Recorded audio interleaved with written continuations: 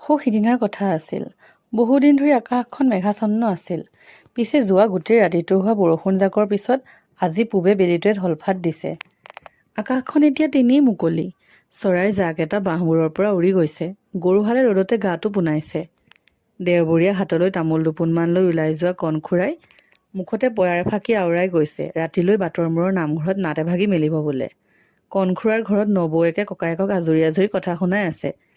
আঠ বয়সত ভৰি দিয়া একমাত্ৰ দেওৰেকটোৰ ঘৰখন পাতি দিব নোৱাৰাৰ বাবে। ককায়েকে মুকলি আকাশখনলৈ চাই মানুহজনীক আশা দিছে, ৰ'দটো গহীন হ'লেই বাট পথবোৰ শুকাব। তেতিয়া দিনচেৰেক পিছত গাঁওবুঢ়াই খবৰ দিয়া নৈৰ সিপাৰৰ গাঁওখনৰ ছোৱালীজনীক চাবলৈ যাব। পাৰিলে দুয়োৰে মন মিলিলে কথা বন্ধা চটা কৰিবলৈকে চাব। পিছে আষাৰত এইবাৰ মল্লমাহ মিলিছে। সেয়ে দেওৰ ওচৰত এবাৰ মংগলখন চোৱাই ল'ব লাগিব। যাত্ৰা বুলিও কথা এটা আছে নহয়। নবৌৱেকে হাঁহি এটা মাৰি আঁতৰি গৈছে। যা হওক, তেওঁৰ লগ এটা হ'ব।